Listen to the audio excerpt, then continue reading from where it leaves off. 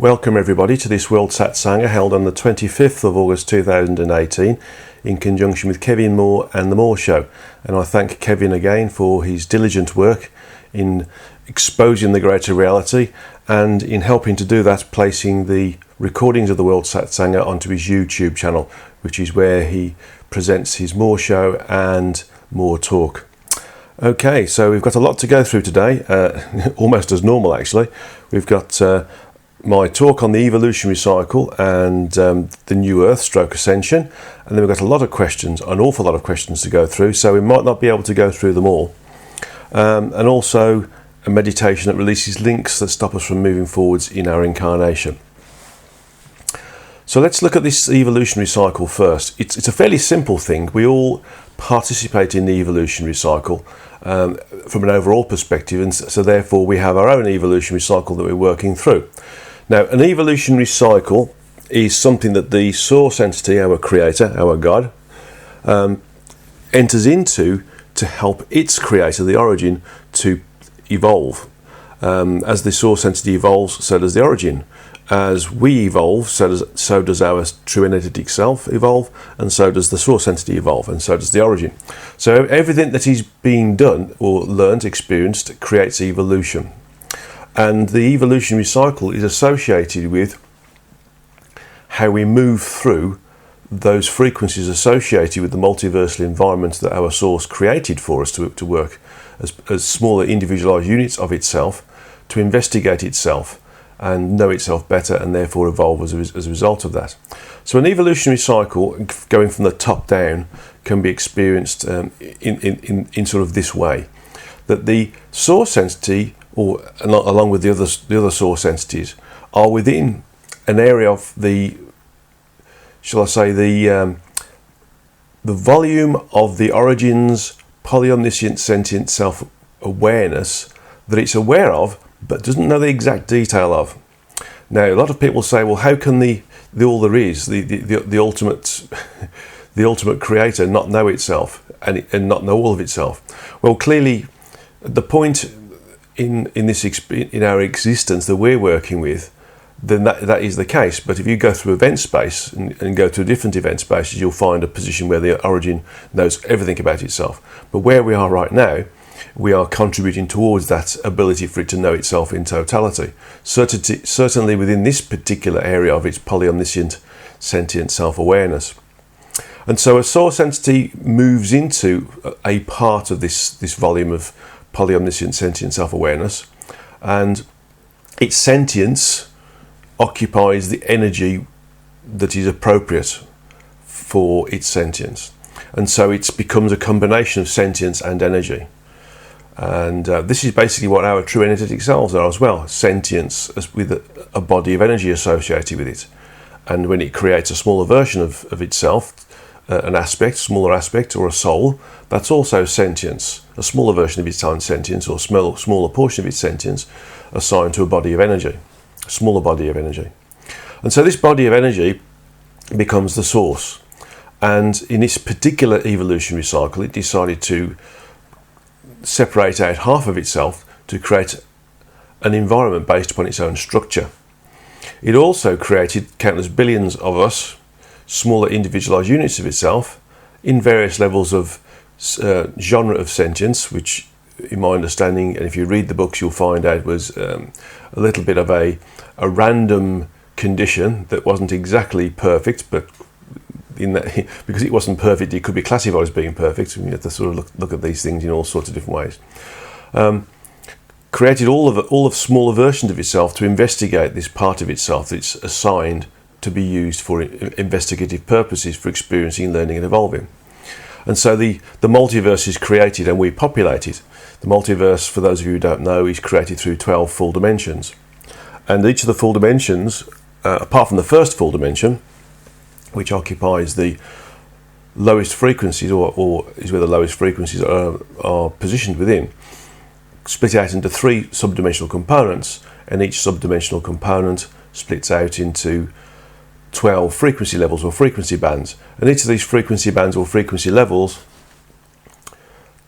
in essence, creates the ability for a self-contained simultaneous, not parallel. Parallelism is something else, which we haven't got time for. I can explain that maybe in another lecture. Contains these individualized, simultaneously occurring universal environments that we can work with. The first full dimension splits out into 3 subdimensional components, but because it contains all these low frequencies, it collapses back into one composite subdimension, which only allows 12 frequencies to be created. And those 12 frequencies individually, or in any other combination other than all together, cannot create a universal environment. So that's why there's the physical universe, in its entirety, is the only universe that has 12 frequencies associated with it. Every other universe has one frequency level or frequency band associated with it. So the evolutionary cycle for us is for us to experience all of the frequencies and everything we can experience from an environmental perspective or interactive perspective with other incarnate or otherwise entities within the multiverse, and how we interact with those entities and their environment as well. So that means that everything we're experiencing on Earth, with all the various different things that we do, we go to work, we have playtime, we have time where we have bad times, good times, experiences, physical ailments, physical success. All these different things are all part of the experience of a particular frequential condition within the physical universe. And also we have those similar things that we experience within the multiverse in its totality. And so as we experience things, we learn, we evolve, and we progress. And so that larger part of us that is the first separate individualization from the source, our true energetic selves, starts to move upwards in the frequencies associated with the multiversal environment. And as it moves up through the frequencies, it also moves into different universal environments. So we have 2 conditions in terms of the ability to experience, learn and evolve by our true energetic self experiencing any of the frequencies and therefore any of the universes within the multiverse in a completely random way. But we have a linear way of evolving from an evolutionary perspective. So the multiverse creates 2 conditions. One, it's a measure of evolution, depending upon where our true energetic self is. And 2, it's a condition where we experience it in any way, shape or form we can do. And that includes incarnation as well within the physical universe. The other universes don't need incarnation to experience them, because the physical universe, being so low frequency, has to be experienced in the way that it presents itself. And so to be able to experience it in this particular way, we have to experience all of the things that are relevant to this universe, which includes things like resistance, inability to communicate, the need to acquire a body of form to be able to interact with that environment as well. So for us, the evolutionary cycle is to move through experience all the frequencies with our true energetic self that the multiverse can create. So the multiverse has 408 frequencies, but only 397 universes associated with it. And so we have to experience all of those. Now, when we've experienced all of those, we come to the end of our evolutionary cycle, and we recommune in totality. What we can do in terms of recommuning with our true energetic self along the way, or we can choose to commune with our true energetic self, become one with our true energetic self in totality. And our true energetic self can also do the same thing to really enter into communion with the source as well. So at the end of this evolutionary cycle, we can choose to go into our various different states of communion with source. Okay. Now, when all of those true energetic selves that the source has created goes into communion, then that particular evolutionary cycle is finished for all of those smaller individualized units of source, and therefore the source itself. So what happens then is that the source then decouples its sentience from that body, from that energy that it's commandeered, that's within the origin, and it then moves to another location within the origin and recommandeers an appropriate level of energy that is associated with its sentience, and creates whatever it wants to create to be able to experience those energies. It may create a new version of a multiverse. It may not create a multiverse. It may do something else. In the past 2 evolutionary cycles, I'm told this is the 3rd evolutionary cycle, and each evolutionary cycle, by the way, is a faster progression from the previous one, I'm told. So we are moving through the evolutionary cycle much faster than we did on the 2nd evolutionary cycle, which was much faster than the 1st evolutionary cycle. And so each evolutionary cycle allows us to move through it quite quick, in a faster way, because we experience, we learn and evolve, of course. So the evolutionary cycle that would be created next in the 4th evolutionary cycle, we would go through much quicker than we are now. But the source, going back to the source, it commandeers another body of energy, and it will create whatever it needs to create to allow it to evolve by experiencing those energies and the structure of those energies that are associated with its capability of being associated with the structure of the origin, and the ability for it to separate out parts of itself to allow it to experience those parts as well. And so the overall expression of evolution is that us, on behalf of the source, experience everything associated with the possibilities and capabilities of the structure of the energy that the source's sentience has commandeered. And when all of that has been experienced by all of us on behalf of the source, but it's also doing it itself, then it moves into it decouples its sentience and reassigns it to another area of energy within the origin. And this is the evolutionary cycle. It keeps on going and keeps on going and keeps on going, and all the sources do this as well, until all of the area of polyomniscient sentient self-awareness has been mapped out, and then the origin itself can move on to its next level of awareness and start to work on that, which I'm told is a significant power. I think it's the power of 12 per level it moves up. So every time we move up a different level, for instance, from full dimensions to zones, that's to the power of 12 larger in terms of volume. So when you get to the 12th level of structure, and I suggest that to understand those levels of structure, you read The Origin Speaks, that it moves into a completely new group of 12, which would be again another level of the power of 12 above the existing group of 12, and it keeps on going and keeps on going. And the way that we experience, learn and evolve and go through the evolutionary cycle will change appropriately. So that's what the evolutionary cycle is. I mean, obviously we can keep on going and keep on going and keep on going for as long as possible, and we, from our perspective, it's just impossible to understand how long it takes to go through an evolutionary cycle. But in essence, when we disincarnate, we can see that actually it's not so long. It's just that it seems like a long period, so to speak, when we incarnate.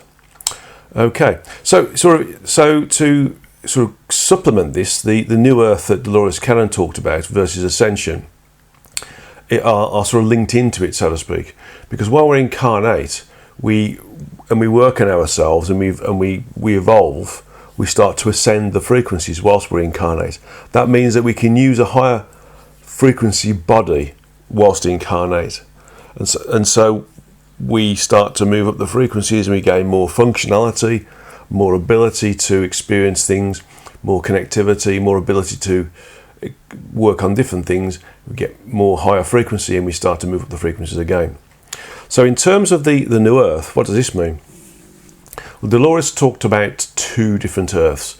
That people would stay in one Earth if they didn't work on themselves, and those who worked on themselves and evolved, those spiritual individuals, and not all people are spiritual, who think they're spiritual, would move into the new Earth, and those who were left behind in the old Earth would still evolve, but they would eventually come across to the new Earth. But what is this old and new Earth? Well, in my understanding, the Earth is a pan-frequential body. It's not. It's one of a small number of planets, galaxies, etc., suns that are expressed throughout all the frequencies associated with the physical universe. And so it's seen on frequency level 1, 2, 3, 4, right up to 12. Well, where we are right now is the third frequency level. Mankind calls it the third dimension, but my understanding is we're in frequencies, not dimensions. Although we are in dimensions, the dimensions themselves are much larger pieces of structure than what mankind thinks of being a dimension. So it's 2 levels. A full dimension is 2 levels above frequency, which is 2 levels above what mankind thinks the dimensions are.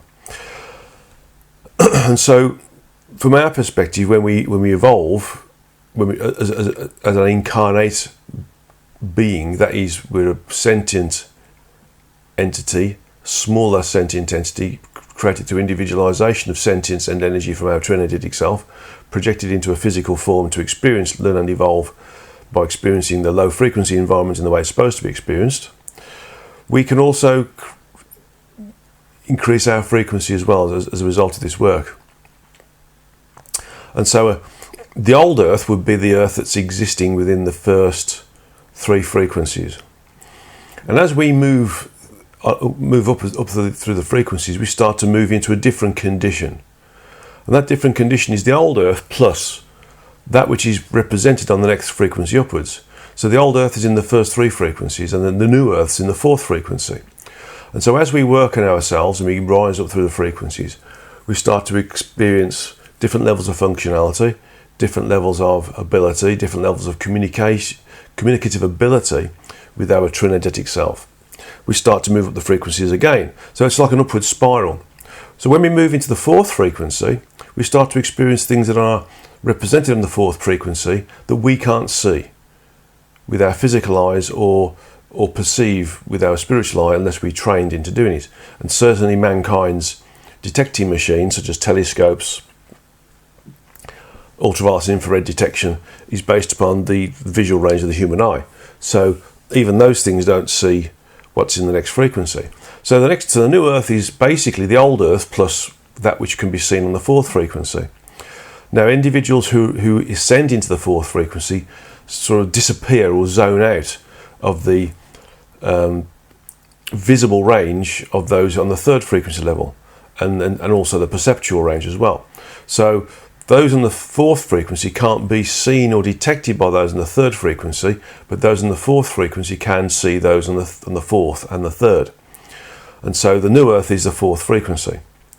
However, we can continue to progress through incarnation and through evolution to be able to use other bodies, other vehicles of higher frequency. And we can also work on our human body and ascend to the next level. So we can ascend to the 5th frequency, which is a new Earth in comparison to the 4th frequency, which would become, for those who've gone to the 4th frequency, an old Earth.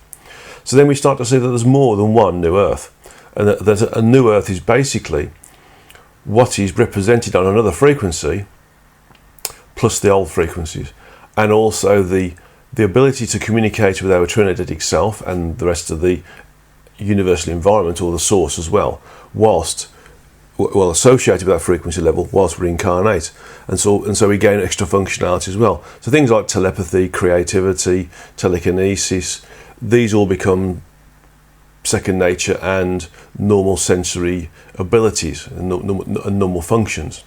So those on the fifth frequency can see those on the 4th and 3rd frequency, but those in the 4th frequency can't see those in the 5th. Those in the 3rd frequency can't see those in the 4th. And so this progression up the frequencies continues, with those on the 6th can see those in the 5th, 4th and 3rd, and those on the 5th can't see those on the 6th. And so each one is a new Earth, a progression in evolution, and an increase in the finitude of frequency above the other. And so you start to see that there's not just one new Earth, there are basically the 4th, 5th, 6th, 7th, 8th, 9th, 10th, 11th, 12th. There are 9 new Earths. So there are 10 Earths in total. Because the first 3 frequencies are necessary to create the gross physical, so to speak. So that's one earth. And then you have every earth, or every representation of what's on the earth at the different frequencies, from the 4th frequency up to the 12th. So the new earth is progressive. We can continue to move up to different levels of representation, frequential representation, depending upon which frequency we're on. And so that's the ascension. Basically, it's just working in ourselves, moving up the frequencies. It's unlikely, however, that we'll move up more than one frequency in one particular incarnation. Although there are individuals who potentially could do this, but they are very, very far and few between. So that's what sort of ascension is, in terms of from a very high level perspective, and how it affects this new earth and what the new earth is. Now, if you look at it in a different perspective, when mankind uses its telescopes to see what's out in the universe, we see lots of blackness and the odd dot of brightness or whiteness, and each of those whitenesses is a galaxy, and we know we've got billions of galaxies in the physical universe. So it looks like it's mostly empty. But mankind knows that through its science that the universe is held together in some way, shape or form. But how is it held together? It's mostly empty, because that's all we can see on the 3rd level. And so they've created something rather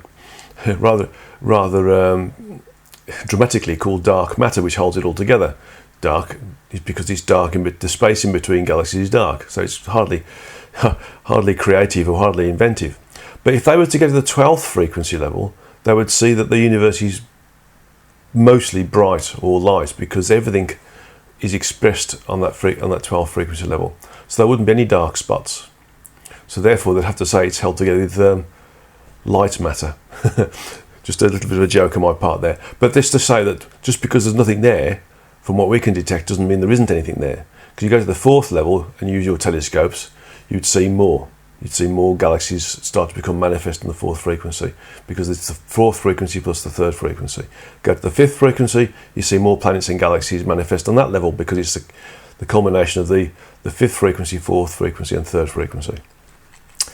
Okay, so that's today's lecture, and I hope that's been useful to you all. It's a very useful thing to know that actually this ascension and the new earth is achievable by everybody, and everybody will go through this process eventually, and that it's not specifically a new earth on a different location within a different galaxy. It's the same earth, just a different frequency level associated with the earth. Okay, so let's go to the questions, and there's lots of them. We'll see how we go. This one's from WP, and I'll read the questions out, and excuse me if I get a little bit flustered sometimes, because sometimes I have to read the sentence 2 or 3 times to get the actual meaning associated with the question. Okay, first one though. Given that we're all aspects of our true energetic selves, who in turn aspects of Source Entity 12, who is in turn an aspect of the origin? What is it about the origin that gives rise to such dysfunctional body of low frequency humans? Where all the enlightened masters have to keep reminding us to stop hating one another and start loving one another. It doesn't appear to speak well of the origin, who must have this dysfunction within itself in order for it to manifest so freely on this plane. A simpler way to ask this is, why has the origin given birth to such dysfunctional human race to accrue evolutionary content? It doesn't seem like a satisfactory answer. Basically,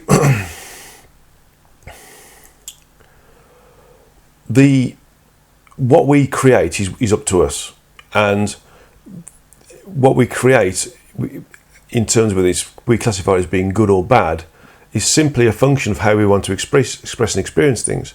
So eventually we will move away from this creating dysfunction or badness or crime or murder or abject poverty versus abject wealth, because we'll start to see the futility of it all. And this is why we're allowed to do this, because we are allowed to experience wrongness so we can put it right. And we're allowed to experience rightness so we can understand what wrongness is. And so it's all part of experiencing, from an individualized free will perspective, anything that we create, and be responsible for it and experience it. And so this level of experience is also important, not just for the source, not just for us, our true energetic selves and source, but it's also important for the origin as well. Because if we experience just the nice bits, it would be a completely dysfunctional level of evolution. It would be biased to one side rather than being holistic. So that's why the origin lets us get on with it, and this is why the source lets us get on with it and everything else. So it's really a case of we create what we create because at some point it's necessary for us to create it. It creates balance within our evolutionary cycle. So the next question is, if everybody is here in this incarnation to learn within the life plan that they have developed prior to incarnating, and given that about half the world population is poor, is charitable giving appropriate? Are we not interfering with their life plans by so doing? And no amount of charitable giving will overcome this massive state of poverty. For example, while living in Brazil, I would routinely give money to the same child begging on the same corner in the same street every day. I asked him what he does with this money. He says he gives it to his father, who buys alcohol. I asked him, what happens if you don't give the money to your father? He said he beats me. Charitable giving has to be given with an understanding that it may be misused. If you see somebody who you know will benefit from money and the child benefits because the father doesn't beat him, that's a good reason to give charitable money. If it's the case that you give the money to somebody on the street and they very quickly go away and buy drugs, maybe you're giving them the opportunity to have the drugs, but to see the futility in having the drugs. If you're in India, for instance, and you give the child money, it doesn't really do anything because it gets absorbed. Maybe it gets stolen from bigger children, or maybe it's taken by the family and gets used properly. You never know. So you have to be discerning and use your intuition as to what's going to be the most useful way of giving. Sometimes giving pencils to third world country inhabitants is good. Giving things that they can use in school, things that they can use to help them make their life better is a way of doing it, not specifically money. So charities don't always do the right thing, and giving charitably isn't always the right thing to do if it's done in the wrong way. So we have to look at the situation that we're potentially going to be charitable with and look at how best to be charitable. And that doesn't always mean it's money. It can be objects as well. It could be clothes, food, something to give shelter like tents, those sort of things. So it's use your intuition on that, but also recognise that sometimes these big charities absorb a lot of money in administration, which isn't good either. So I tend to give to smaller charities that I know are going to use the money properly because they're small and they need the money. Things like animal sanctuaries, those sorts of things. Okay, next question. Why is the wisdom that you and others bring forth to the human race such a dark, deep secret over the centuries? Why have the masses been and continue to be so dull as to readily accept stultifying religious beliefs or no beliefs at all, and ignore the teachings of Jesus, Buddha, etc.? It is curious that the human race for the past 350 years has come to accept that the earth revolves around the sun, but when it comes to knowing who we are, we've made very little progress. It's all to do with the evolutionary levels of those individuals who are incarnating. And so the higher up the frequencies we are, the more open we are to understanding the greater reality. And so those who are truth seekers are, for want of a better word, able to understand and work with these different understandings. The vast majority of incarnate individuals are immersed in their incarnation, and so can be attracted to low frequency thoughts, behaviours and actions, and they get, obviously that is a karmic function. And so really it's to do with the fact that the vast majority of those who are incarnate are in a fully immersed incarnation, and therefore get affected by this egoic process that happens as a function of us being almost totally cut off from our true energetic selves and having almost zero communicative ability whilst we are incarnate. And so we create this personality, this ego, which is totally associated with the incarnate body, making us as sentient energy projected as a smaller individualized unit from our true energetic selves start to think that we are the human body. So that's why, basically, when people are immersed to the point of the ego being the primary method of thought, of thinking, experiencing and evolving, then we start to forget who and what we are, and we believe that we're just the human body, and we behave in a very selfish fashion as a result of that. And that's why such open thinking and such expansive thinking is ignored, because it doesn't help people from a physical perspective. It helps them from a spiritual perspective, and the ego can't really work with that because it doesn't benefit it at all. Although when we progress up the frequencies, the ego starts to dissolve, because we start to realize who and what we are. We start to become more expansive. We start to be able to communicate with those individuals on higher frequencies, and we start to be able to communicate in a more coherent fashion with our true energetic self and the source as well. And so the ego disappears, starts to dissolve. So the ego has a big picture, a big part to play in keeping us in low frequency thoughts, behaviours and actions, and therefore in a position where we ignore the teachings of those who are exposing us to who and what we really are. Okay, thank you for those questions, excellent questions. Now we get to WS, and the wonderful lady who actually transcribes these satsangas for us, and she got quite a few questions here. First question, and there's a bunch of different things associated with it, so I'll go through it first. When humans ascend to or incarnate on higher frequency Earths, how does that affect our individual consciousness? For example, do we still have our individualized free will on the Earth's frequency 4 and frequency 5, or even higher? Will we retain our individualized free will all the way up to frequency 12 in some form as an ongoing new experiment in self-responsibility? Or will we function as a group mind at some point? At that point, are we any different from the galactic races that operate as separately together collectives at every level? Do the collectives working in our universe get bigger in size with more entities when they operate on higher frequencies, e.g. size, for example, group size at frequency band 9 versus frequency band or frequency level 12? Does the composition of the collectives change from, say, a single galactic race at frequency band 4 or 5 to a mixture of galactic races at frequency level or frequency band 6 or 7 or higher? Or can they choose to work together or make alliances or councils at any level? Well, as we ascend the frequencies and go through different frequencies associated with the Earth, our individual consciousness becomes more connected, so to speak. The sentience is able to access higher levels of communicative ability with the true energetic self or higher self, or God, head or over soul, whichever you want to call it. So it all means the same thing.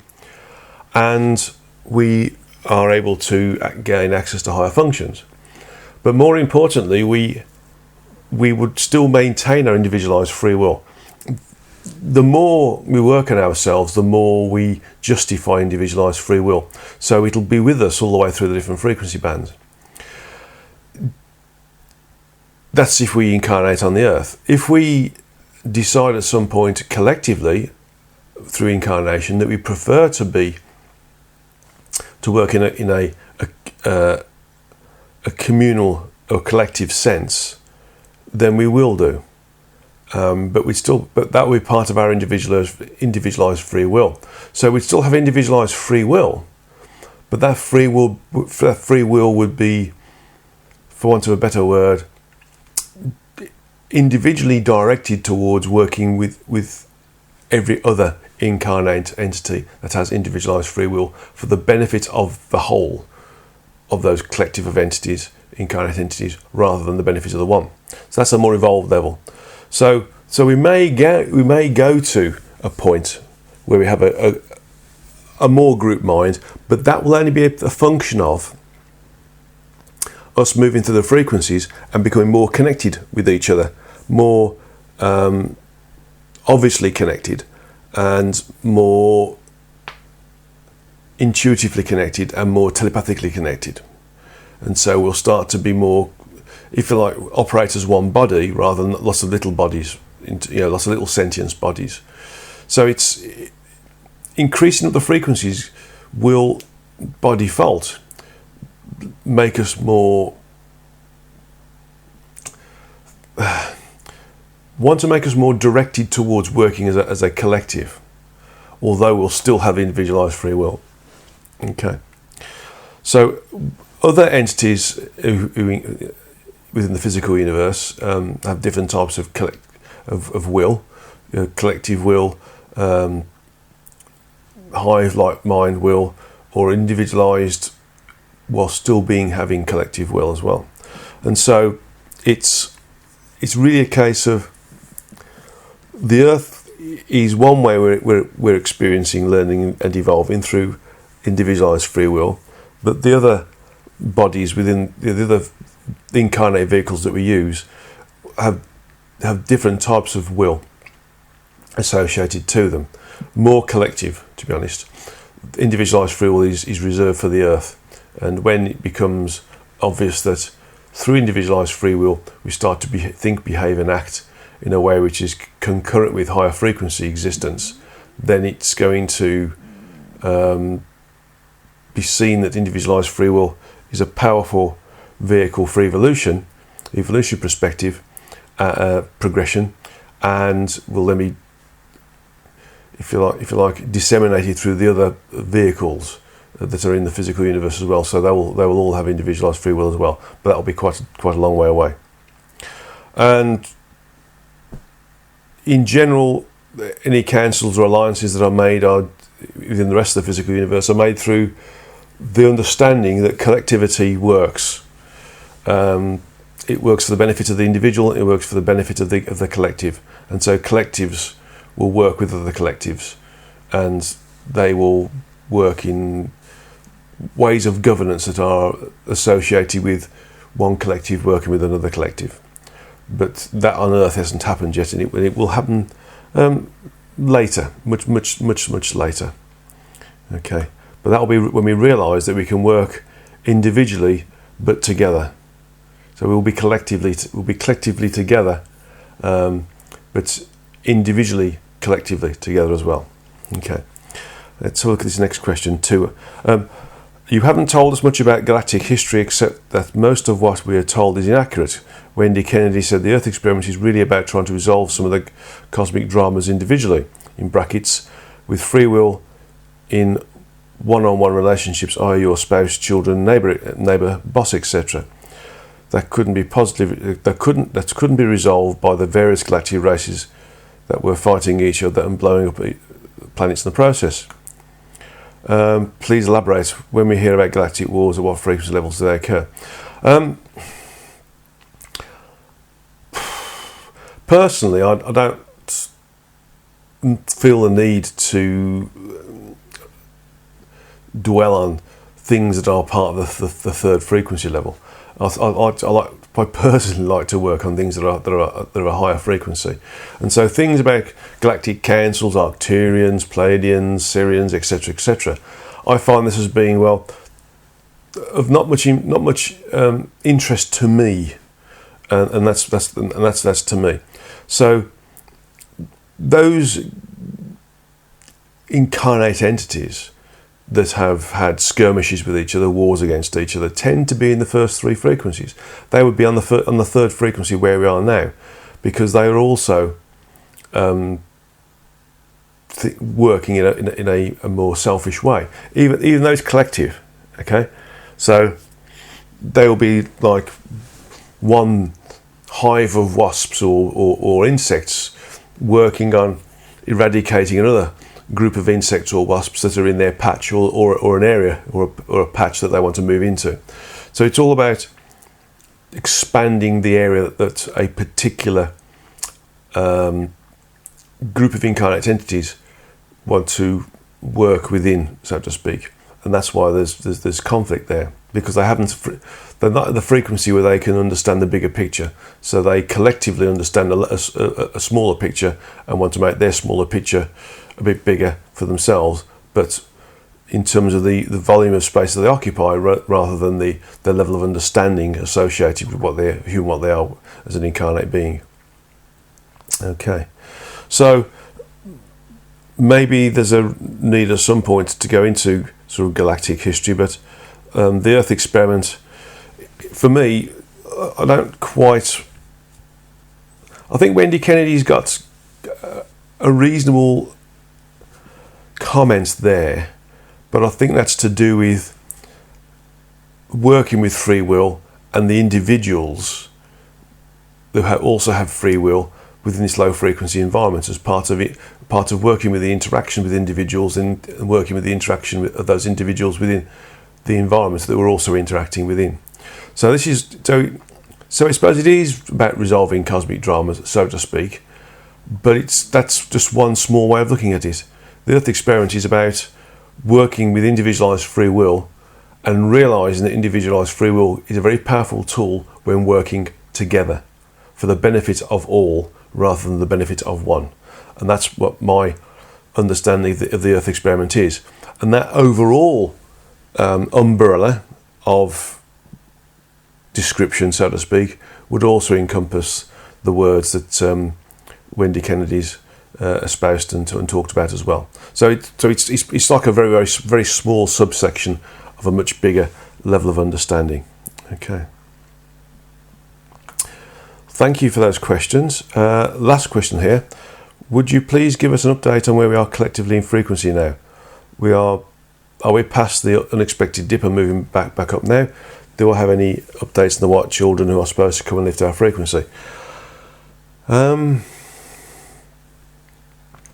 We are bottoming out. My understanding is frequentially we've dropped down a rather large sawtooth. If you remember from the previous satsangas I've talked about, our average is moving up in terms of our frequency, but along the average there's little peaks and troughs, ups and downs that look like a sawtooth profile.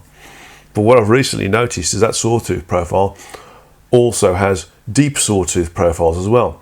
So it's a little bit like an old-fashioned wood saw, the big bow saw, pit saw that we used to have, where one person would stand on top of the pit, one at the bottom of the pit, and you'd saw along a log with this huge saw, and you'd have lots of little teeth on a big tooth. And what we've done is we've gone down the trough of a big tooth. And my understanding is we will get towards the end of that big drop, round about the end of August, middle of September, and then we'll stay there for a bit, probably be about 6 months, I'm being told, before we start to come up the other side. So it's going to be probably something like March, April that we start to see us moving up the frequencies again next year. Okay, so that answers that part of the question. I have no other updates on the white children, although I did have an email from somebody, a young person, who was sort of indicating that they thought they were one of the white children. And my understanding is that a white child would not think in that way.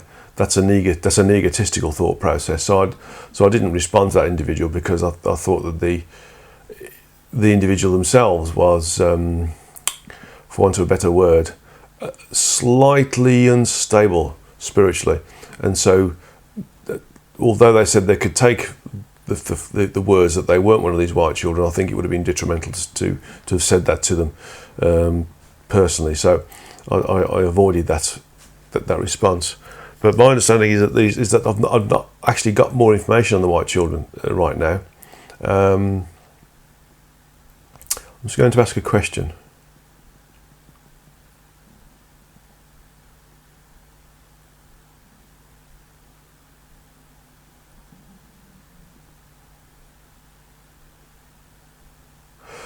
Just been told there's one about to be born in an area like Nicaragua.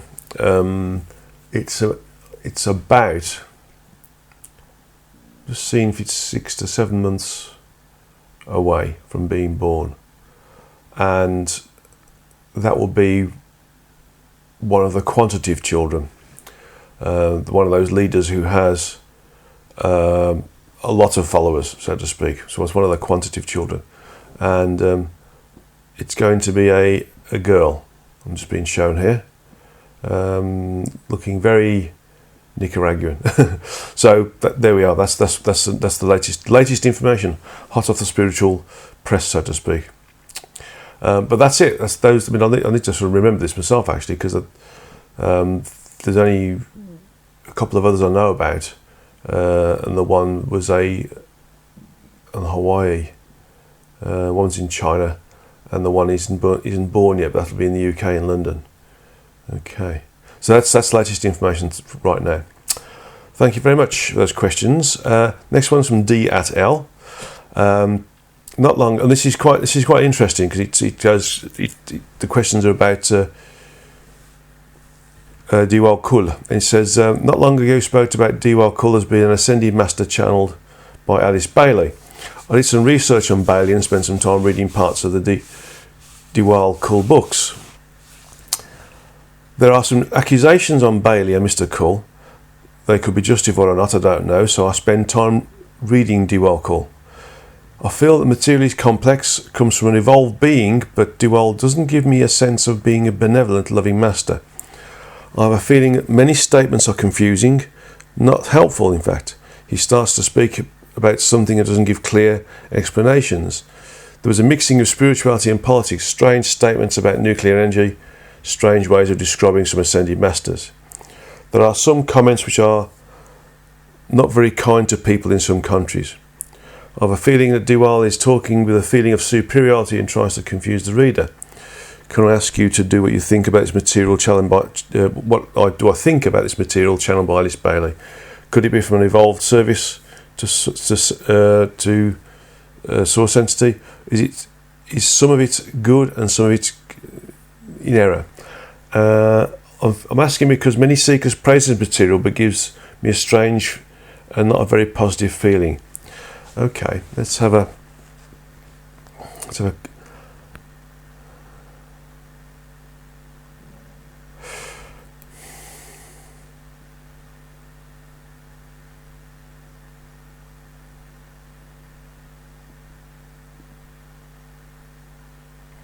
what I'm picking up here is that the information that Alice Bailey picked up was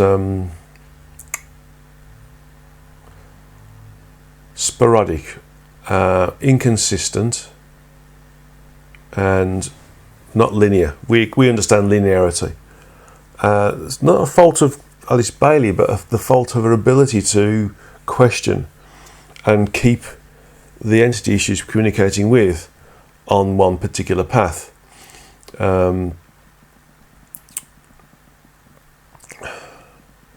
Also, the questions being asked, I'm being told, or the direction of Bailey herself was such that she gave the impression that certain responses would be preferred, such as political responses, such as statements about different types of energy, etc. So the problem with we communicating with an entity that's in the energetic is that they answer things in a way that you request them to be answered in, and sometimes they are very matter of fact, very blunt, and not very caring in how they say things, because they don't have the same evolutionary attachment as we do when we incarnate.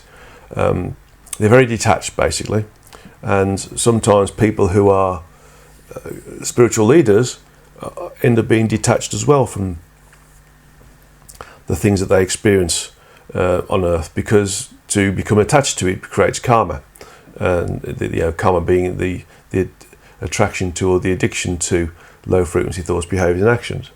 So, what I'm suggesting here is that I think maybe it's the fault of Alice Bailey in terms of how she's linked in with this particular entity and how it has allowed a certain type of answer to come out.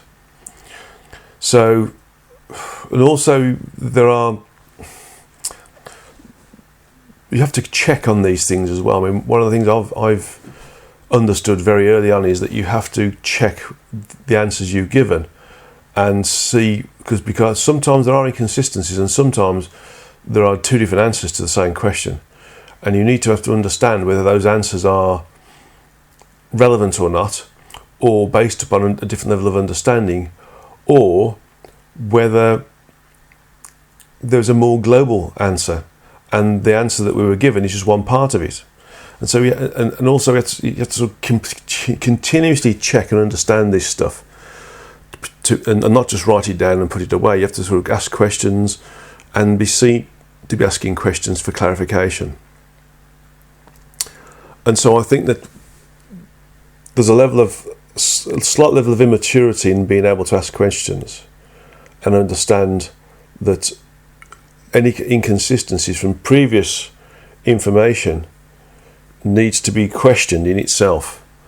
And so from that perspective, I think that really the level of coherence isn't a function of the entity itself being in error or being inconsistent, and or give clear explanations.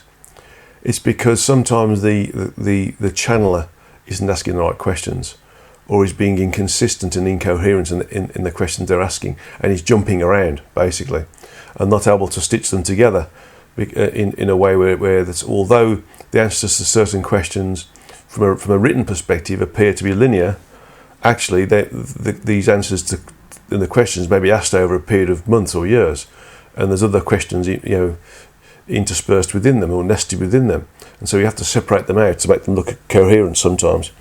And so things that appear to be a conversation on a subject and it's over 2 pages may end up being over a couple of months or a couple of years.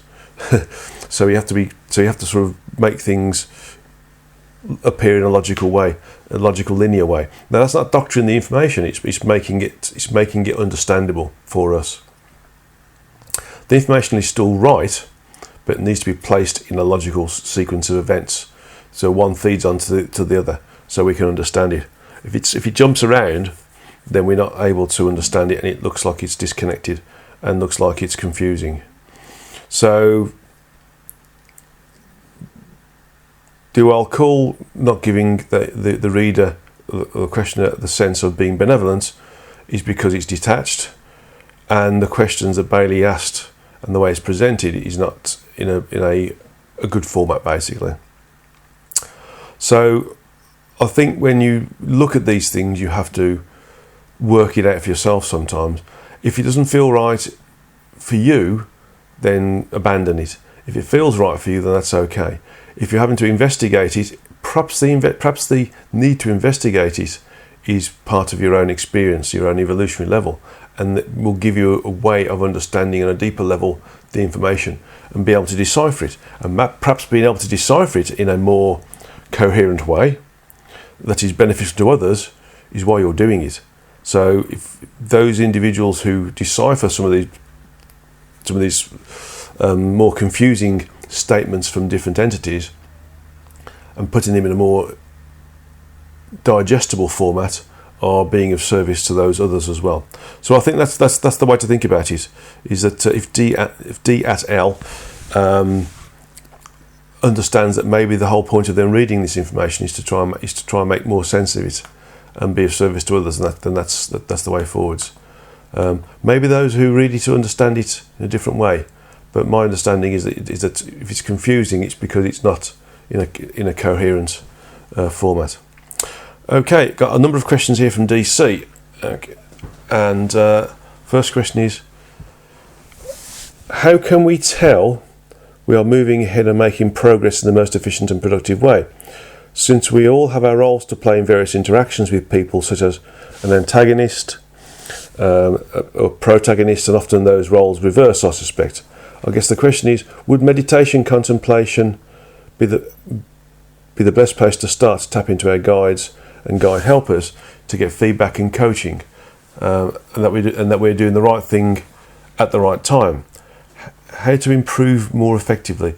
Perhaps another aspect, who are the best coaches who help us to improve? Without doubt, the best way to improve is to meditate and to detach from the material world whilst being in the material world. Be in the physical but not of the physical. Detach from the nonsense that goes around, be absorbed by bad news, gossiping, creating conspiracy, those sorts of things. That's the way to move upwards. And the way to know you're moving upwards is that you feel lighter. You are able to meditate more effectively, more easily. You're able to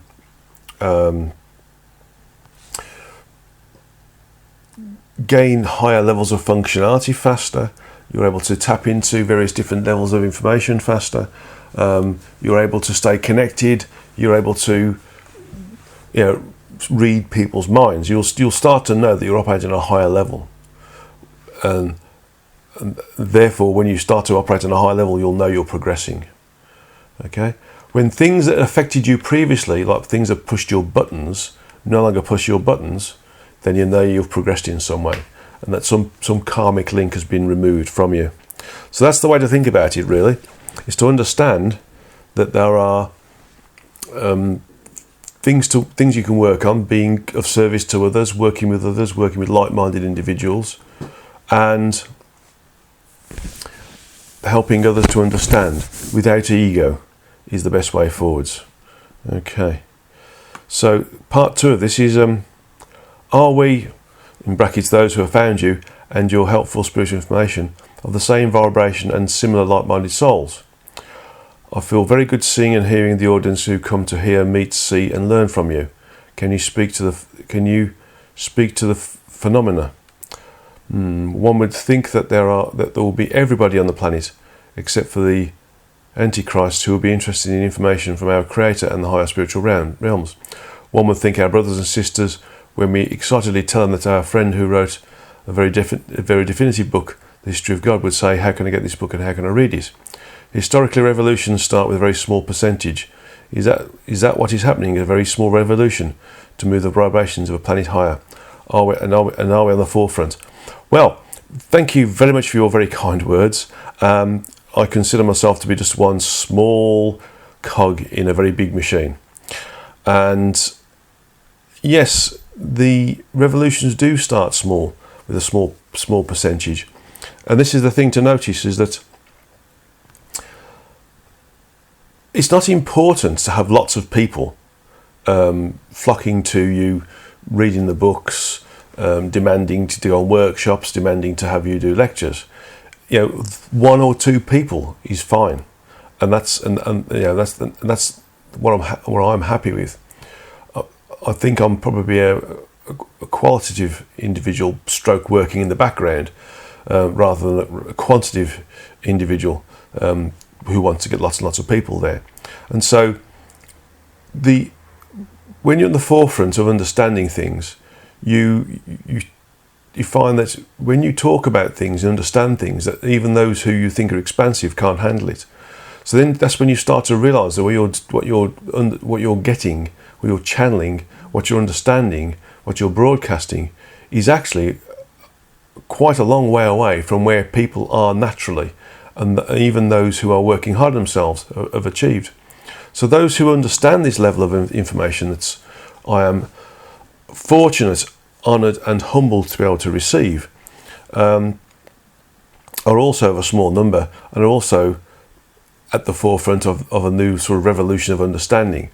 And there are going to be others like me who will take it further, and that will expand the understanding. So the answer is, are you on the forefront? Oh yes, you are. You are without doubt breaking new ground. And actually, everybody who's experiencing through various different channeled sources new information that is unknown, or new levels of depth, is also breaking new ground as well.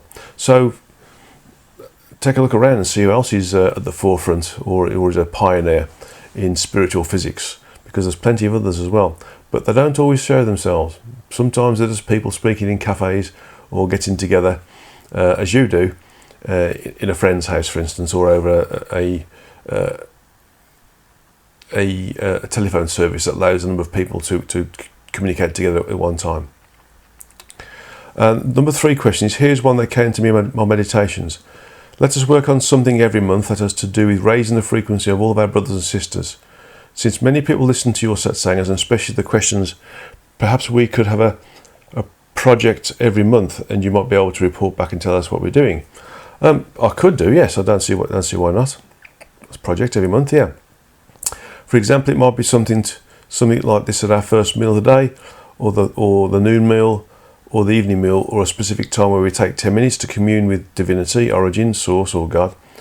And we work on things like getting the world leaders of every country to at least follow the golden rule, or to mention God in the speech, or to be kind to their neighbours for one reason or another, or to assist others who need assistance. Or another might be such as getting our brothers and sisters to remember the source of our existence at least one time during the day, or having everybody think together, raise their frequencies, return to divinity, move forwards and upwards.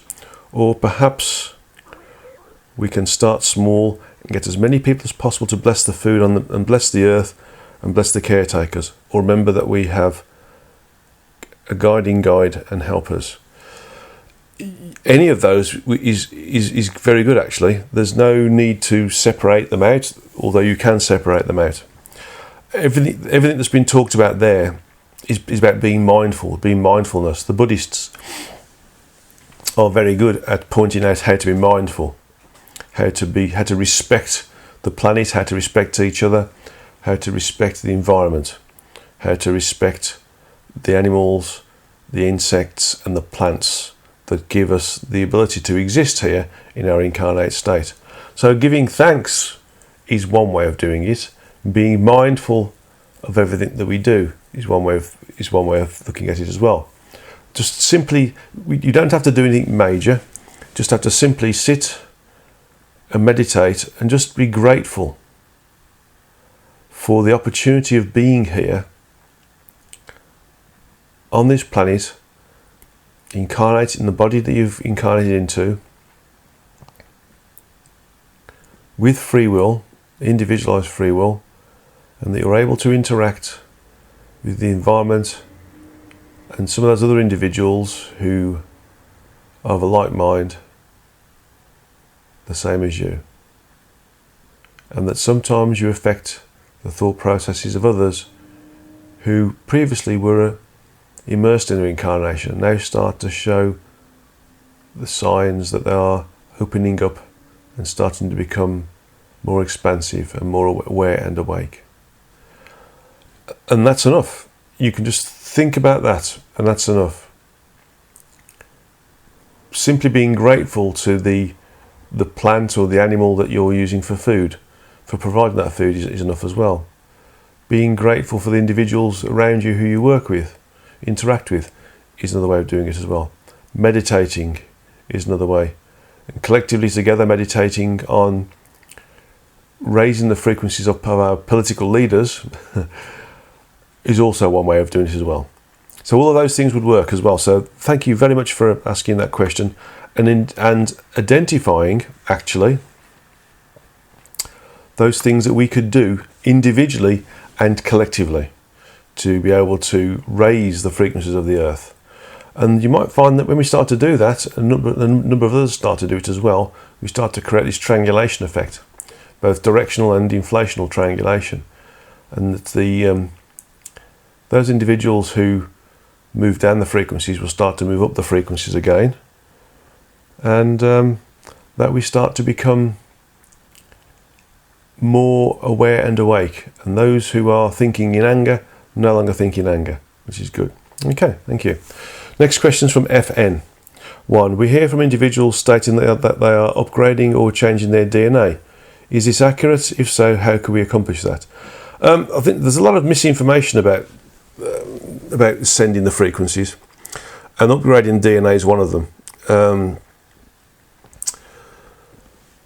The DNA and RNA work together with each other, and RNA is a link to the energetic templates that allows the DNA to create the gross physical aspect of what we are, what our human vehicle is, our incarnate vehicle is. So I don't really see how upgrading DNA is going to help.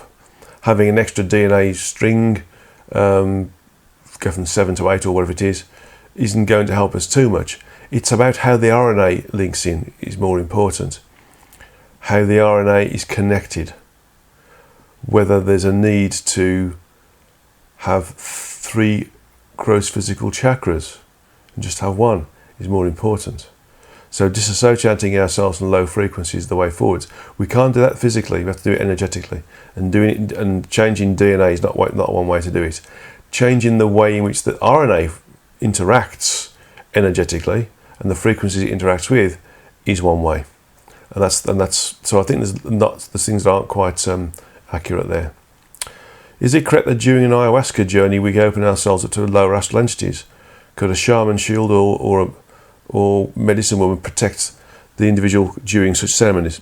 Any drug that's being used is a mechanical way of experiencing some of the higher frequencies, because the drug creates such a low frequency vibration within the body that the soul, the aspect, has to get out of the body.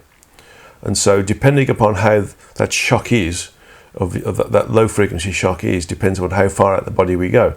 So we can either go to the 4th or 5th level, which is low frequency astral entities, or the 6th or 7th level, which is higher frequency astral entities. So the lower frequencies create the so-called bad trip, and the higher frequencies create the so-called good trip. I don't condone the use of any chemicals whatsoever, whether it's natural or manufactured, to create the condition where we experience higher frequencies. Meditation is the only way forwards, without doubt. And that's the way. That's my understanding there. So the next question: where does ayahuasca come from? Why does it have such an effect on us when administered? How could we maintain the feeling of oneness after an ayahuasca journey? Well, basically, the ayahuasca is basically a poison. All drugs are poisons, but if they use it inappropriately, in the wrong way. And so it creates it does create this low frequency function within the energies associated with the human form, and the soul, the aspect, has to get out. So the only feeling of oneness you've got is because you're experiencing a frequency above those of the normal gross physical frequencies that we experience when we incarnate. So the only way to maintain a feeling of oneness afterwards is to meditate on being there. Use the chakra. If you go onto the website, go onto the on the left-hand side of the tabs, you'll find the press pack, and in there you'll find a bunch of different documents and files that you can download, and one of them is the chakra opening exercises. So practicing the chakra opening exercises will help raise your frequencies. It'll keep you there longer than ayahuasca, and you'll be able to do it every day and still maintain that feeling of oneness. So why don't you download those? Download the chakra opening exercises. They've also been part of some of the other add-ons to the World Satsangas as well. So if you look at this, some of the other World Satsangas, you'll see some links to the chakra opening exercise as well. But it's on the website. Look for the press pack, scroll down till you find chakra opening exercises, and just click on that and it'll download onto your browser. Or go into the download section on your hard drive as well. Okay, it's perfectly safe and it's repeatable on a regular basis. Next question: what is soul codes? Why have we soul codes? Who set it up? How could that help us in our ascension and progress? Soul codes is just another way of saying life plan. It's basically a list of experiences we want to experience whilst incarnate. And these experiences are goals, so to speak. How we get to those goals is part of our free will. You know, we just told we want to experience how to learn to fly, for instance. We have to find out how to learn to fly, pick a tutor, pick a school, or pick a school first, then a tutor, and then learn to fly. And then we've learned to fly, we've experienced that goal. So how we've got to the point of getting to learn to fly is up to us. The goal is that is learning to fly is part of the life plan. So that's the same thing. My understanding is that the soul codes are basically part of your life plan. Very simple to ask there, I think. Although other people might say soul codes are something else, that's what I've picked up as being what they are, and it's just another way of saying a life plan. Is it correct that our intention has a geometric structure? If so, or if yes, what are the normal structure, and why do we have geometric structures?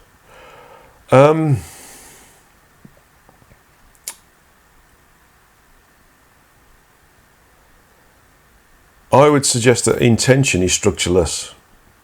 Desire, intention, thought, action is structureless. It's only when we create action that we get structure. So to have a geometrical structure against our intention is misinformation from my understanding.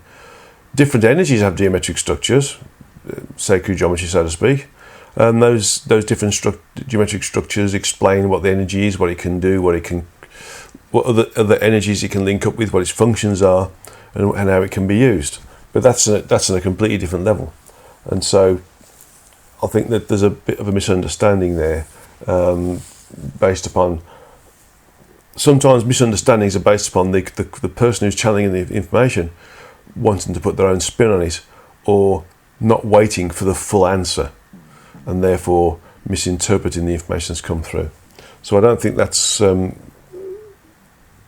don't think the intention of having a geometric structure, or so I should say, I don't feel. I'm being told it's a bit of misinformation. That is. Is it true that there are darker entities controlling the earth and us human through money, media, and our system of law and government, including the current incarnations? Well, yes, it's us. The darker entities are those entities we give power to, control us. There's the Illuminati. They control a few things. They control things through money, through media, through laws, through unwritten laws, everything.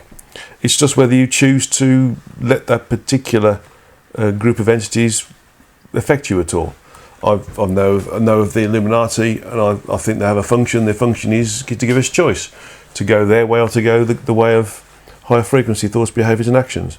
So I don't have any problems with these things, and I don't let them have a grip on me, and I don't let them control me because I don't give them any time. The moment you start to think about them and start to think that they have got control over people is when they got control over you. So if you disconnect from that thought process, then you will never be controlled by those sorts of individuals at all. Okay. Next question 6. Is it true that we have implants in our body to control us, our thinking processes, and weaken our power of intention in order to take our personal power? No, but we do have, at times, we do have energetic links with other individuals. Sometimes they're coercive links, or sometimes they're just energetic links. Sometimes they're karmic links that can control us or take our personal power away. But when we start to work in ourselves, we can see these links and we can remove them, and so our personal power comes back. So my understanding is that if you want to be controlled, you will be controlled. But we haven't got any implants. It's simply energetic links or energetic hooks, or even astral entities that attach themselves to us, that give us feelings of power or grandeur or coerciveness, and in return take some energy from us to help them perpetuate their own existence. So that's the only way. Implants. There may be some implants with those individuals who've agreed to have implants if they're having a secondary incarnation and their primary incarnation is in a vehicle, a physical vehicle of a different frequency, and that implant is used to monitor the interactive functions of the soul, which is both in the primary incarnation and the secondary incarnation, and that the secondary incarnation is being performed as a means of the individual soul or aspect progressing, and also the information is also being used for the betterment and the education of those others who are in the environment of the primary incarnation as well. So that's the only reason why you might get implants from other entities within the physical universe, for instance, as well. But there's no other implants I can see as being relevant at all. It's just how we interact with others and the power we give others over us. and that gives that can create this energetic hook or link. Okay. Last bit is that Corey Good talks about galactic interventions or interferences and government roles and effects on this planet. What's my take? Let me just ask a question.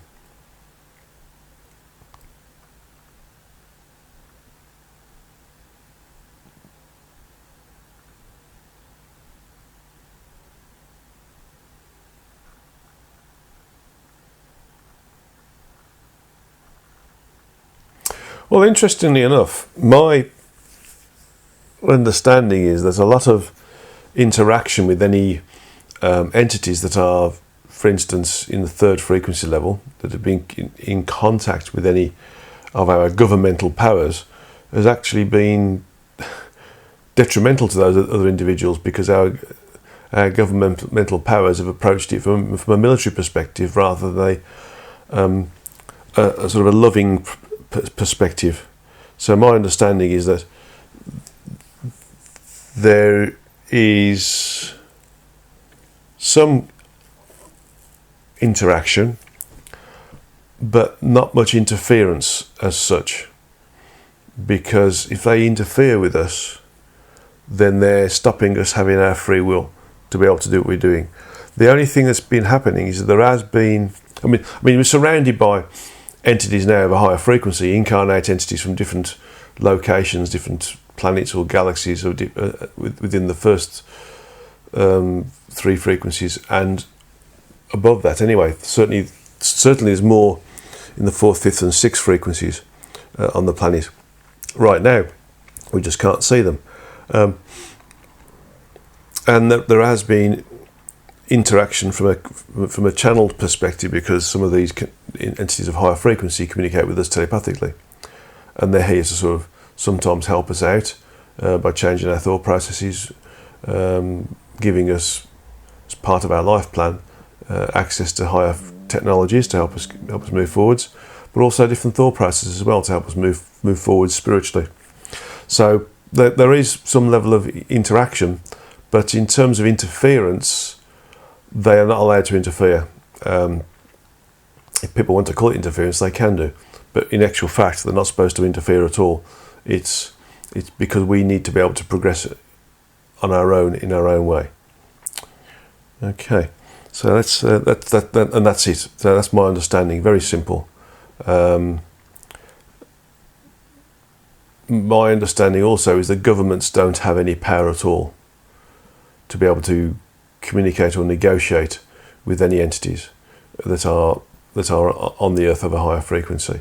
They think they have, but they haven't as such. So that's something else to think about, is that right now most of our governments are being considered to be uncommunicatable, so to speak, because of what's going on.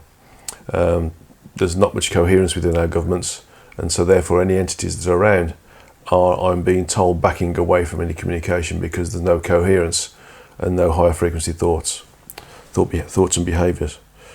Right, so let's go in the last few questions here, and I think we should be okay time wise. So I'll finish these questions, and that'll make it probably close on 2 hours actually. So JM little a asked a question: is there a way to be a constant channel with source or our guides rather than sporadic? How do we become a clearer channel? Well, basically it's keep meditation every day, basically. Those of you who've done the Traversing the Frequencies workshops, it's keep practicing, keep doing that, keep going to the highest frequencies and keep communicating with the entities, and it becomes an everyday thing. Those of you who've done level 3, you can keep communicating with source on a daily basis, and eventually you'll find that you don't need to use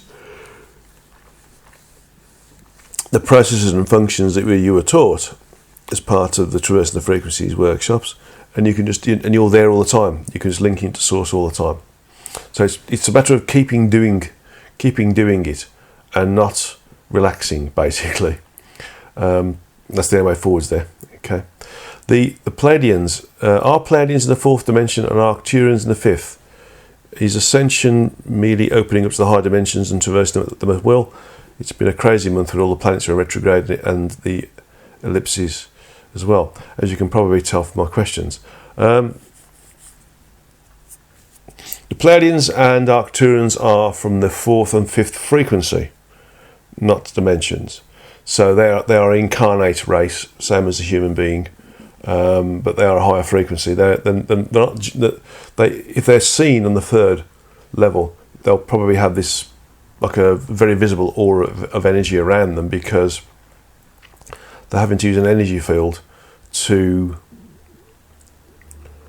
stop them from being affected by the low frequencies associated with the 3rd level. So that they would appear to be like a shimmering light around them, or appear to be very bright as an entity. So again, that they are in the 4th. I think some entities we experience are also in the 6th as well. Ascension from an Earth perspective is about moving up the frequencies.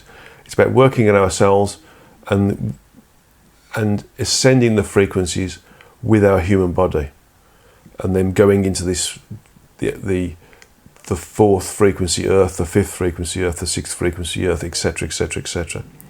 So that's Ascension, projecting the consciousness into the different frequencies and therefore different dimensions, is traversing the frequencies, and so that's doing that at will. But that also helps towards your ascension. Okay, so I hope that helps with those questions, and helps to obviously move forwards in a sort of logical way. Sometimes going back to basics is the best way to move upwards. Sometimes we have to appear to go backwards to go forwards, and going back to basics, although it appears to be a retrograde step, isn't, because it reinforces the basics of what you've achieved and starts you to work on yourself again, building upon and reinforcing the foundations of what you've used previously. Okay, this is from JM little e, and there's about 8 questions here, so we'll have to go through them fairly quickly. In The Origin Speaks, The Origin tells you that soon you will no longer need to contact your source or other sources, even me, to gain this information. It will be available for you to take whenever you wish. Are you there yet, or does the soon encompass your life after Earth? The answer is sporadically yes.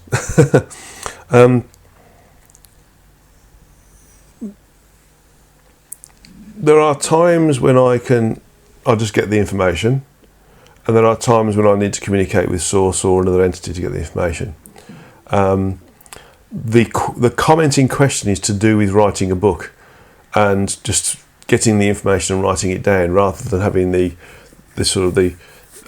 dialogue I'm having with a source entity, or Byron, for instance, or Origin, or another entity. But I'm feeling that isn't. Although it's good for me to be in that position where I can do that, it's not good for the readers, because it doesn't give them a datum to work from. There's no reference to a higher position. Whereas if you're communicating through a dialogue, an understood dialogue, you've got reference to a higher position. So the answer is, in books I feel that I will always be, other than the book I'm working on now, which is the 8th book about healing, I will always be communicating with an entity, or a source entity, or origin. Whereas in this book I'm doing now, that's based upon my own personal experience, and therefore it doesn't need to have a dialogue, although there will be a little bit of dialogue in there at some point. But my understanding is that for my own benefit, I do communicate without the need to have communication with a source or origin, but in doing the books I need to have communication with the origin or a source or an entity within the source, or an entity within one of the other source entities. Okay. So it's the answer is sporadically yes. If I want to do it that way, I can do it straight away, but it's I think it's detrimental to the way I handle the data from a book-based perspective. Okay. Number 2, at the end of the Origin Speaks, chapter 24, you told us all of my current understanding have effectively been trashed in this short dialogue with the Origin. Has this reoccurred since that point, or is your fundamental concepts, or are my fundamental set of concepts now solid? My concepts are always changing. The thing is that with the Curators, the book that's currently with our publisher Ozark, and they're still reading it with a view to potentially giving me a contract for publishing, shifted my paradigms even more. So, in effect, any concepts that I understand are basically building blocks and stepping stones. And so, the next thing to think about is that although we have a set of concepts and a paradigm that you're happy with, every time you work with another entity or you progress, you're taken further and higher. And so the validity of that stepping stone, although useful, is removed because you're exposed to a high level of information with a deeper meaning. And so my concepts are now always being changed. The concepts build upon the concepts, which build upon the concepts. That's progression. That's evolution. What's the order of your next books? Aha. Right, well, The Curators is number 7. It's finished, as I just said, with the publisher. Psycho-Spiritual Healing is number 8. I'm working on that now. I've had a break for a week or two because we've been moving house and things, but it's going to be finished within about a year or so. Number 8, I think, is going to be about the Om. Number 9 is going to be called Beyond the Origin. So number 9 is about the Om. Number 10 is about the Origin. And then there's 2 others. One's about religions and how they fit in with my information, or not, as the case may be, and what the commonalities, what the common roots are between all religions. And there's one about antichrists and what their roles are, and where they have a positive role, whereas all we see is negative. So those are the next books, and probably in that order as well. So thank you for that question. In question 4, it says, in Beyond the Source 1, Source Entity says that the Earth supports the visitors, of which there are over 20 different types. Maybe the subject of a book. While some might question the relevance of shedding light on alien visitors to our planet, the same could be said about analysing the other source entities, and I found reading about them to be helpful and enlightening. Perhaps the same would be true of learning about our visitors, who they are, what they do or did, and how they're helping us. Yeah, I suppose that links into one of the other questions, but I think there's lots of other people who are doing a good, reasonable, or even sometimes poor job, but in general, that it's up to the reader to discern whether it's a good, reasonable, poor job, about the different incarnate vehicles that we are experiencing on this planet, and the different types that are in and around our location, and in different locations and different frequencies within the physical universe. So I suppose at some point it'd be useful, and maybe it might be something I pootle on, so to speak, or consider as part of one of my retirement years. Maybe a sort of a dictionary on incarnate entities and frequencies and locations would be a thing to think about. I don't suppose it would be a big book, more of a short guide. Maybe I'll think of that as the 13th, the baker's dozen, so to speak, book. I'll also think about that. Thank you. Next question. In Beyond the Source Book 1, Source Entity 3 declares that we Earthlings even have devices that allow interdimensional transport. Do we? I'm being told yes, but they are quite destructive. They're a bit, I'm being told, raw and ready. And also, we don't recognise them as being what they are. We're using them for other things.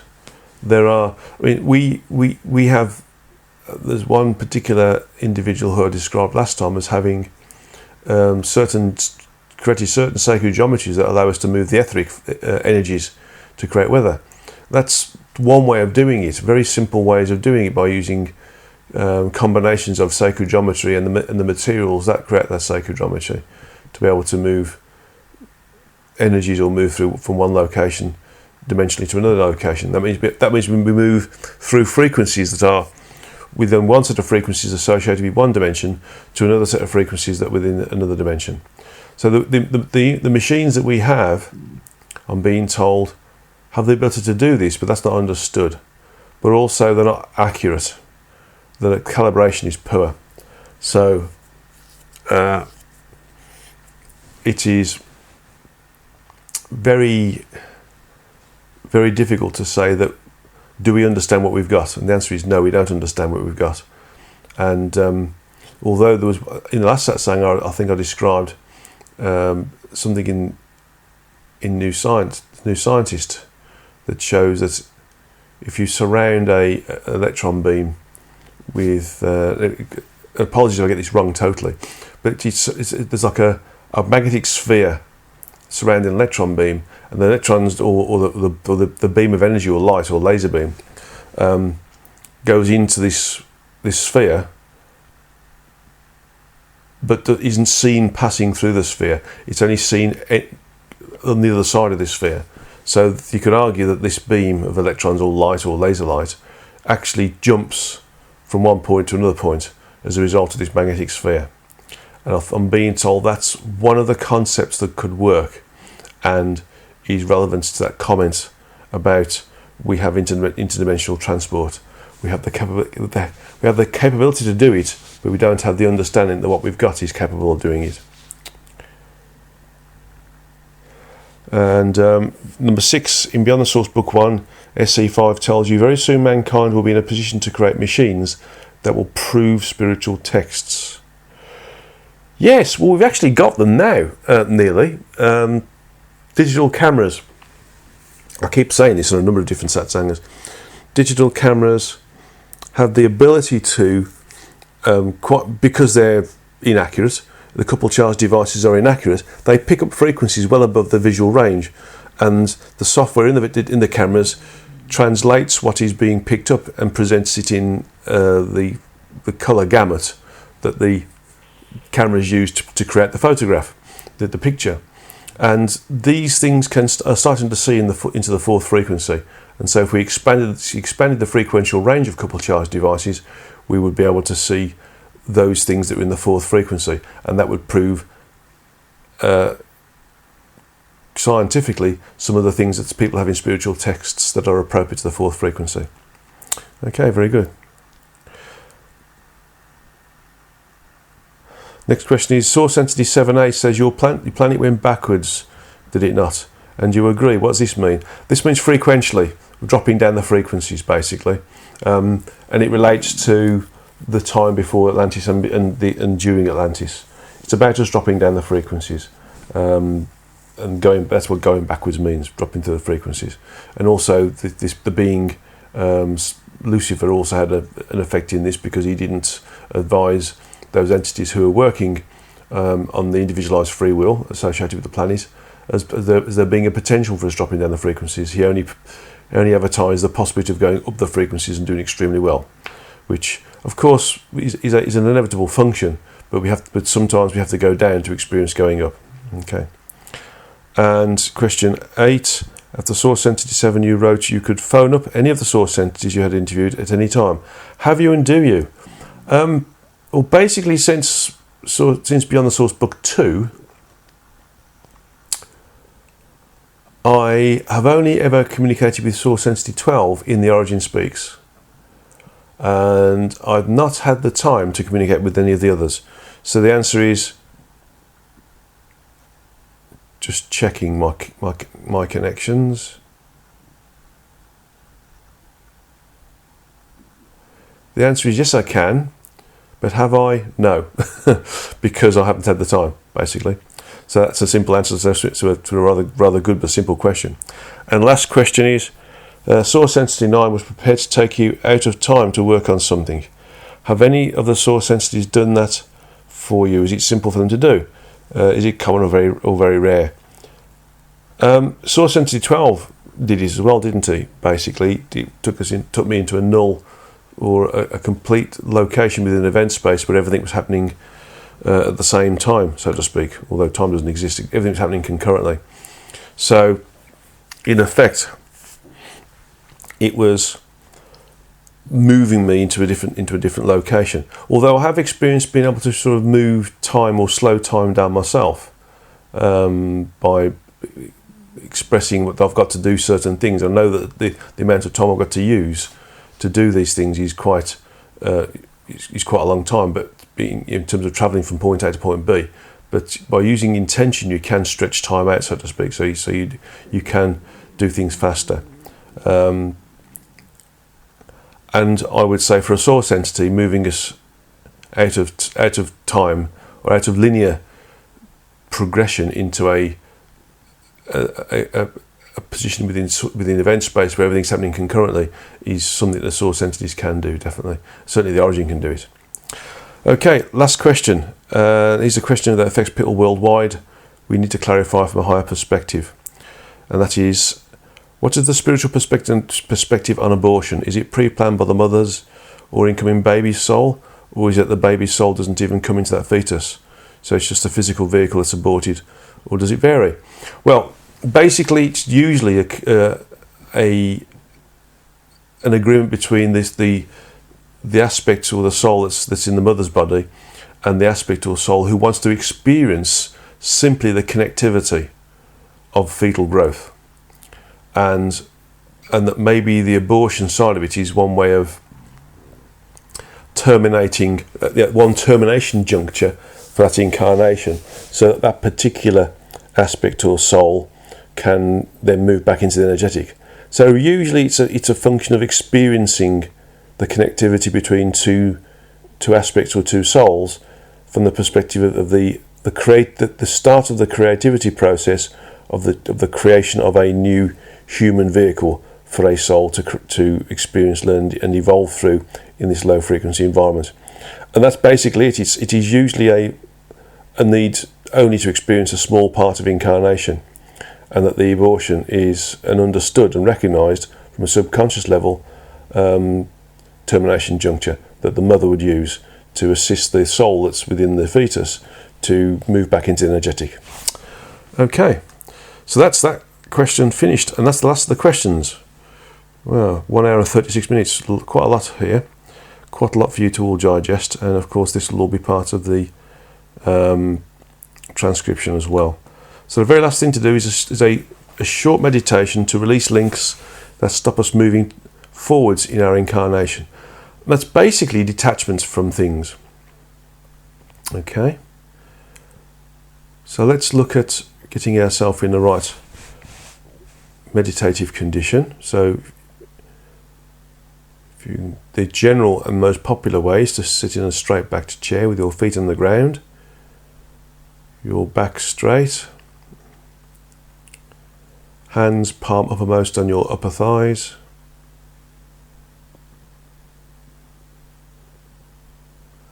closed eye vision focused on the location of the spiritual or third eye, which is in between the two eyebrows and above the bridge of the nose.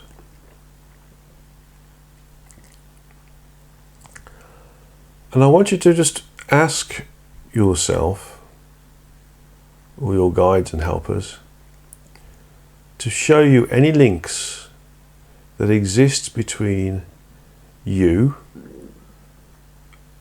a thing, a thought process, or a person,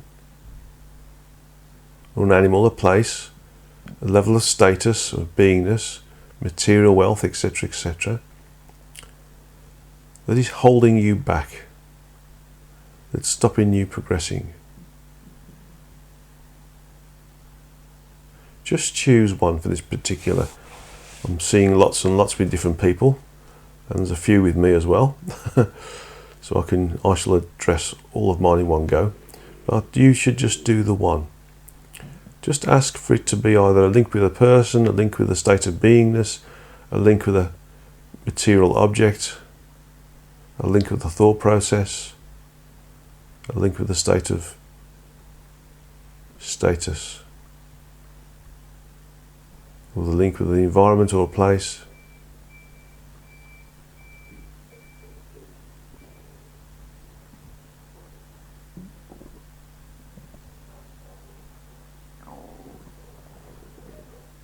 Okay, And see that link as an energy line between you and the person, the place, the thing, the thought, the action that's holding you back.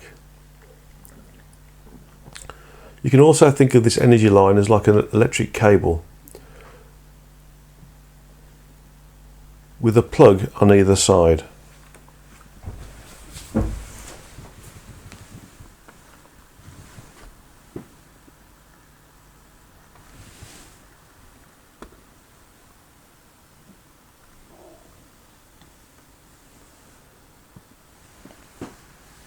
Now that plug can be like an electric plug, for instance.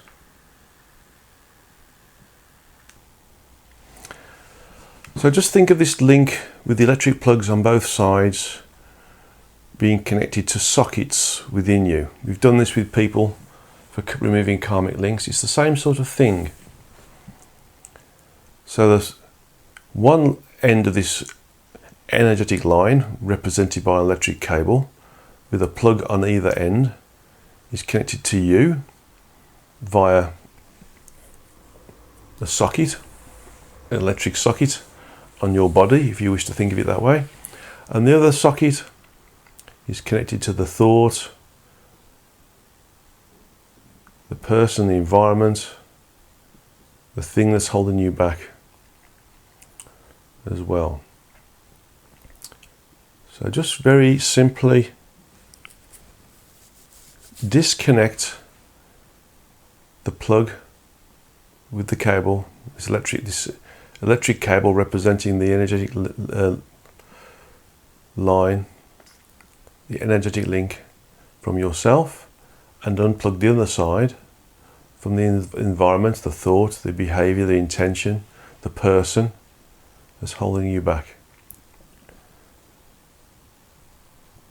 And then visualize that by your side you have a recycling bin that recycles the energy associated with that link. Put it in the recycling bin, and then that link dissolves.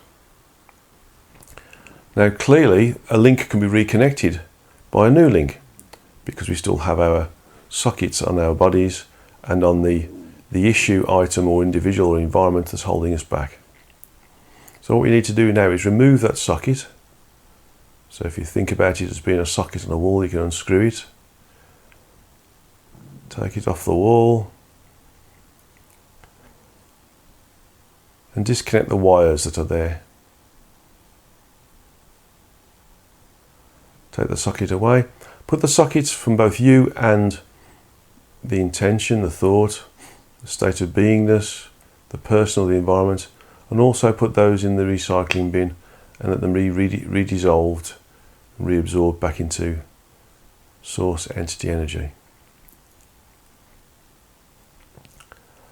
And then if you wish, you can remove the wires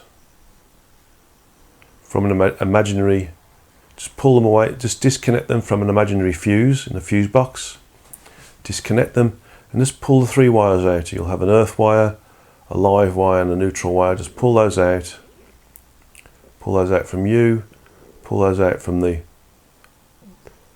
wall or whatever you're using to represent the person, the environment, the thought, the intention, the state of beingness, all that which is holding you back.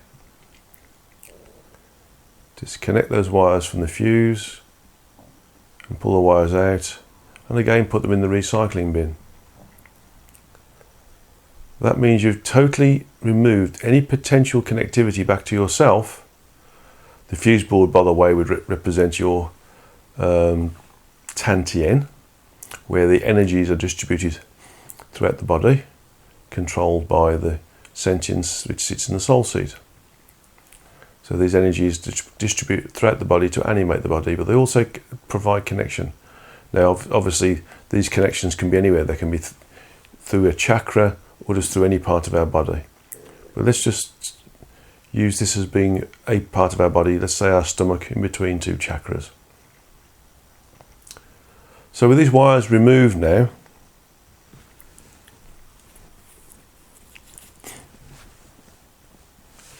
we can now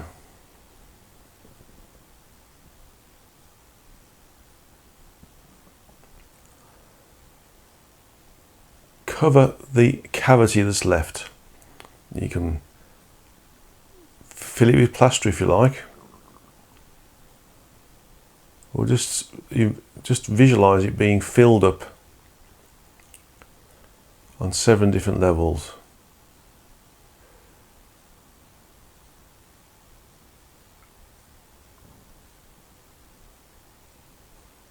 In a previous meditation we used like a matrix, 3D matrix, on each of the different levels. We moved ourselves up the levels by using the chakra opening exercises.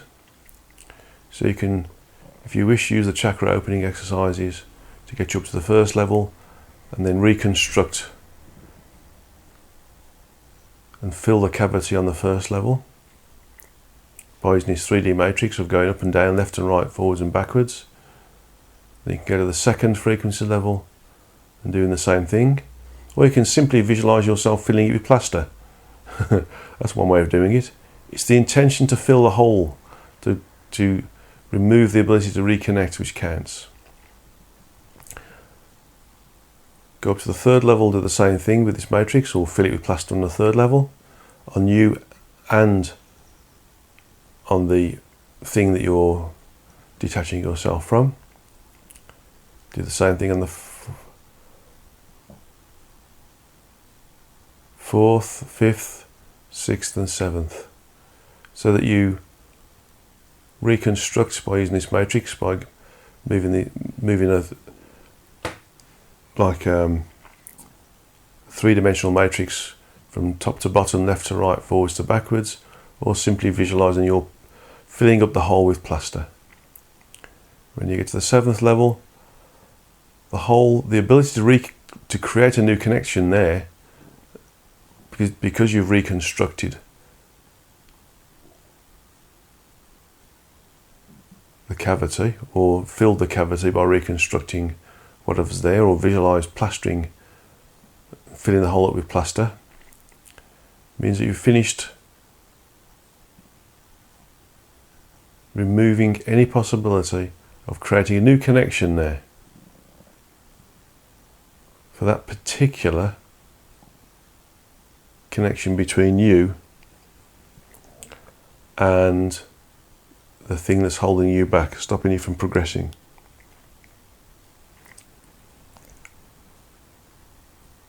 If you're using the chakra opening exercises, just close the chakras down, or simply see yourself moving down from the 7th, 6th, 5th, 4th, 3rd, 2nd and 1st levels down to the 0 level, the earth level. If you haven't done the chakra opening exercises, again you can go onto the press pack page on my website and download it as a supplement to this meditation, or simply say to yourself, I am now on the 1st level, I am now on the 2nd level, I am now on the 3rd level, I am now on the 4th level, I am now on the 5th level, I am now on the 6th level, I am now on the 7th level, and your intention will get you there. But the chakra opening exercises provide a more robust, initially, if you've got no experience, a more robust and more fundamental foundation for achieving the movement up the frequencies, to fill up the cavity that's been left behind by removing this socket that's allowed the connectivity between you and that which is stopping you move forwards. Okay.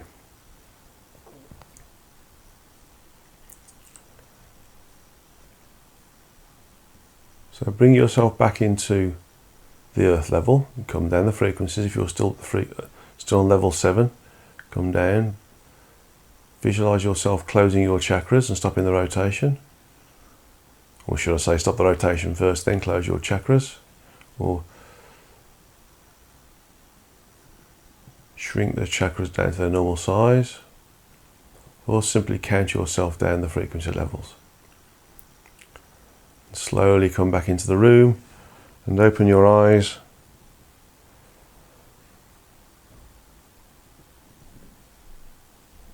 And take a drink of water to help ground you. And that's the end of this Satsanga for the 25th of August 2018. Thank you very much for listening. And thank you for those people for the questions. Lots of questions, a lot of questions, probably about, I think about an hour and 10 minutes of questions. And I apologise for probably reading them out, sometimes rather incoherent way, but I'm sure that you'll be able to see the transcripts and read the transcripts in a more clearer way as well. So again, thank you everybody for participating, and feel free to share this with friends or family or those you feel will benefit.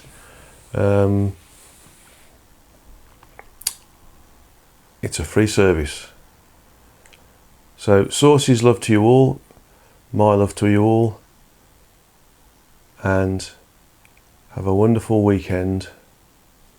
And don't forget to keep meditating and detach yourself from the vagaries of incarnate existence, allowing you to be in the physical but not of the physical, and progress and ascend the frequencies in the process and evolve in the process. Namaste to you all, and God's love to you all.